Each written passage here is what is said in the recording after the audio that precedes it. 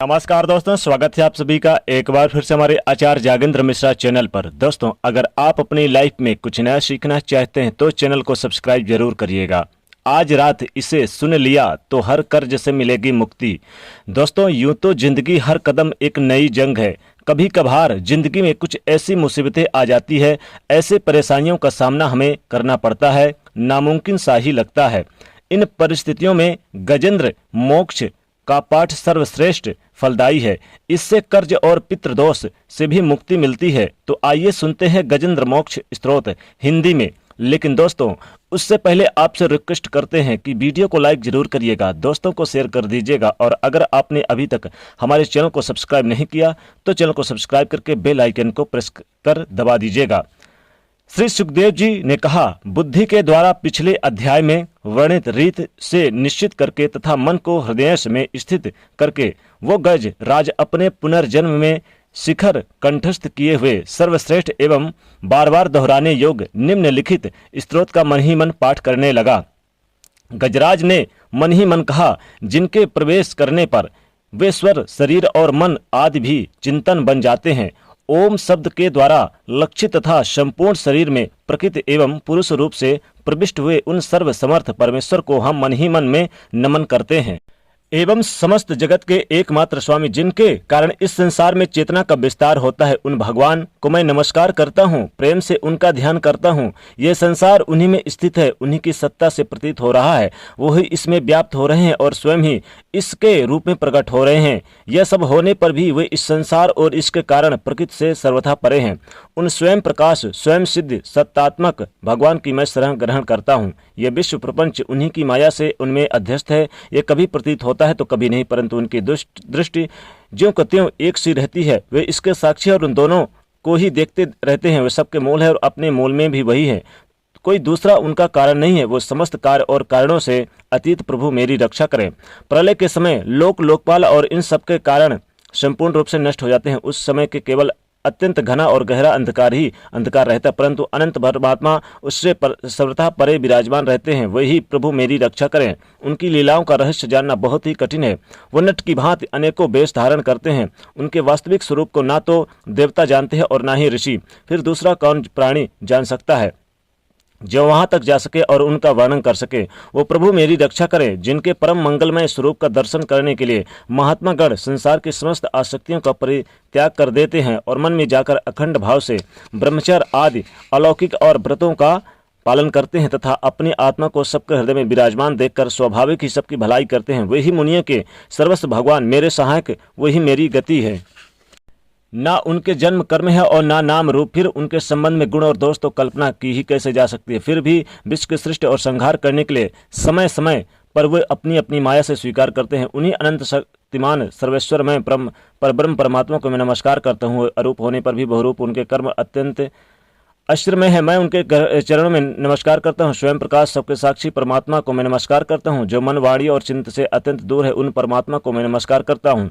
विवेकी पुरुष कर्म संन्यास अथवा कर्म समर्पण के द्वारा अपना अंतकरण शुद्ध करके जिन्हें प्राप्त करते हैं तथा जो नित्य मुक्त परमानंद एवं ज्ञान स्वरूप है, वही दूसरों को केवल मुक्त देने की समर्थ भी केवल उन्हीं में है। उन्हें प्रभु का मैं नमस्कार करता हूँ जो सत्य, रज, तम इन तीन गुणों का धर्म स्वीकार करके क्रमशः शांत, घोर और मूढ़ अवस्था भी धारण करते हैं। उन भेद रहित सम भाव से स्थित एवं ज्ञान घन प्रभु को मैं बार नमस्कार करता हूँ। आप सबके स्वामी, समस्त क्षेत्रों के एकमात्र ज्ञाता एवं सर्वसाक्षी है, आपको मैं नमस्कार करता हूँ। आप स्वयं ही अपने कारण पुरुष और मूल प्रकृति के रूप में भी आप है, आपको मेरा बार नमस्कार है। आप समस्त इंद्र और उनके विषयों के दृष्टा समस्त प्रतीतियों के आधार, अहंकार आदि छाया रूप असत वस्तुओं के द्वारा आपका ही अस्तित्व प्रकट होता है। समस्त वस्तुओं की सत्ता के रूप में भी केवल आप ही भास रहे हैं। मैं आपको नमस्कार करता हूँ। आप सबके मूल कारण, आपका कोई कारण नहीं है तथा कारण होने पर भी आपके विकार या परिणाम नहीं होता, इसलिए आप अनोखे कारण हैं। आपको मेरा बार नमस्कार है। जैसे समस्त नदी, झरने आदि परम आश्रय संबंध, वैसे ही आप समस्त वेद और शास्त्रों के परम तात्पर्य हैं। वे आप मोक्ष स्वरूप है और समस्त संत आपकी ही शरण में ग्रहण करते हैं। अतः आपको मैं नमस्कार करता हूँ। जैसे यज्ञ के काष्ठ अरण्य में अग्निगुप्त रहती है, वैसे आपने अपने ज्ञान को गुणों की माया से ढक रखा है। गुणों में क्षोभ होने पर भी उनके द्वारा विविध प्रकार की सृष्टि रचना का आप संकल्प करते हैं। जो लोग कर्म संन्यास अथवा कर्म समर्पण द्वारा आत्म तत्व की भावना करके वेद शास्त्रों से ऊपर उठ जाते हैं, उनके आत्मा के रूप में आप स्वयं ही प्रकाशित हो जाते हैं। आपको मैं नमस्कार करता हूँ। जैसे कोई दयाल पुरुष फंदे में पड़े हुए पशु का बंधन काट दे, वैसे ही आप मेरे जैसे शरणगतों की फांसी काट देते हैं। आप नित्य मुक्त हैं, परम कल्याण करुणामय है। मैं भक्तों का कल्याण करने में आप कभी आलस्य नहीं करते। आपके चरणों में मेरा नमस्कार है। समस्त प्राणियों के हृदय में अपने अंश के द्वारा अंतरात्मा के रूप में आप उपलब्ध होते रहते हैं। आप सर्वेश्वर पूर्ण एवं अनंत है। आपको मैं नमस्कार करता हूँ। जो लोग शरीर पुत्र गुरुजन ग्रह संपत्ति और स्वजनों में आसक्त है, उन्हें आपकी प्राप्ति अत्यंत कठिन है, क्योंकि आप स्वयं गुणों की आसक्ति से रहित है। जीवन मुक्त पुरुष अपने हृदय में आप का निरंतर चिंतन करते हैं रहते हैं। उन सर्वेश्वर पूर्ण ज्ञान स्वरूप भगवान को मैं नमस्कार करता हूँ।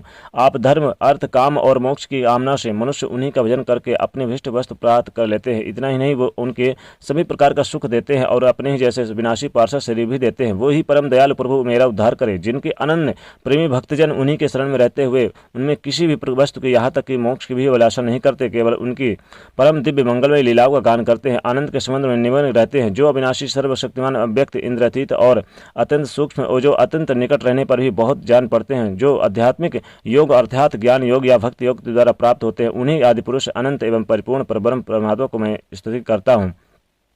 जिनकी अत्यंत छोटी काला के नाम रूप के भेदभाव से युक्त ब्रह्मा आदि देवता वेद चराचर लोगों की सृष्टि हुई।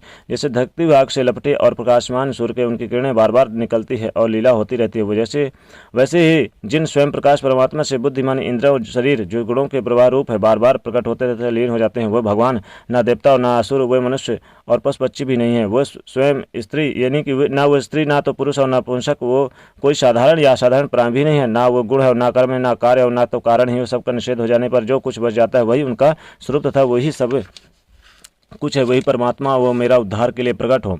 मैं जीना नहीं चाहता हूँ। यह हाथी की योन बाहर और भीतर सब ओर से ज्ञान रूप आवरण के द्वारा ढकी हुई, इसके रखकर क्या ही करना। मैं तो आत्म प्रकाश को ढकने वाले एवं अज्ञान रूप आवरण छूटना चाहता हूँ, जो कालक्रम के अपने आप नहीं छूट सकता, जो केवल भागवत कृपा अथवा तत्व ज्ञान के द्वारा नष्ट हो जाता है। इसलिए मैं उन परब्रह्म परमात्मा को शरण में हूँ, जो विश्व रहित होने पर भी विश्व के रचयिता और विश्व रूप है, साथ ही जो विश्व के अंतरात्मा के रूप में विश्व रूप सामग्री से क्रीड़ा भी करते रहते हैं। उन अजन्मा परम स्वरूप ब्रह्म को मैं नमस्कार करता हूँ। योगी लोग योग के द्वारा कर्म वासना और कर्म फल के भस्म करके अपने योग शुद्ध हृदय में जिन योगेश्वर भगवान का साक्षात्कार करते हैं, उन प्रभु को मैं नमस्कार करता हूँ। प्रभु आपकी तीन शक्तियाँ सत्य रज और तम के रागद वेद असह्य समस्त इंद्रों और मन के विषयों के रूप में भी आप तो प्रतीत हो ही रहे। इसलिए जिनकी इंद्रिया वश में नहीं है वो तो आपकी प्राप्ति का मार्ग भी नहीं पा सकते। आपकी शक्ति अनंत है, आप शरणगत वत्सल है, आपको मैंने बार बार नमस्कार करता हूँ। आपकी माया अहम बुद्ध के आत्मा का स्वरूप ढक गया है, इसी से जीव यह अपने स्वरूप को नहीं जान पाता। आपकी महिमा अपार है, उन सर्वशक्तिमान एवं माधुर्य निधि भगवान की मैं शरण में हूँ। तो दोस्तों, इस प्रकार से गजेंद्र ने जब भगवान विष्णु की इस प्रकार से स्तुति की, तब भगवान विष्णु ने बैकुंठ लोक से स्वयं चलकर और गरुड़ पर सवार होकर और झील के पास आए और झील से यानी अपने चक्र सुदर्शन से बलवान ग्राह और गजेंद्र को अलग अलग पकड़ा और दोनों को अलग अलग करके उस ग्राह को अपने सुदर्शन चक्र से यानी कि अलग फाड़ दिया और इस प्रकार से गजेंद्र को ग्राह से मुक्ति दिलाई। जी हाँ दोस्तों, और फिर उन्हें बैकुंठ जाने का आदेश भी दिया और मोक्ष प्रदान किया। तो इस प्रकार से दोस्तों, अगर आज इस स्तुति को यानी कि इस गजेंद्र स्तुति को अगर आपने सुन भी लिया तो कर्ज और पितृ दोष से मुक्ति मिल जाती है और जिंदगी में समस्त मनोकामनाओं की पूर्ति हो जाती है। इसलिए इस गज यानी कि इस स्थिति को आप अगर सुनते हैं तो निश्चित तौर पे कर्ज और पितृदोष से हमेशा हमेशा के लिए मुक्ति मिलेगी। तो दोस्तों, कमेंट सेक्शन में जय श्री कृष्ण या जय विष्णु भगवान अवश्य लिखें और वीडियो को लाइक शेयर करके चैनल को सब्सक्राइब करें। जय विष्णु।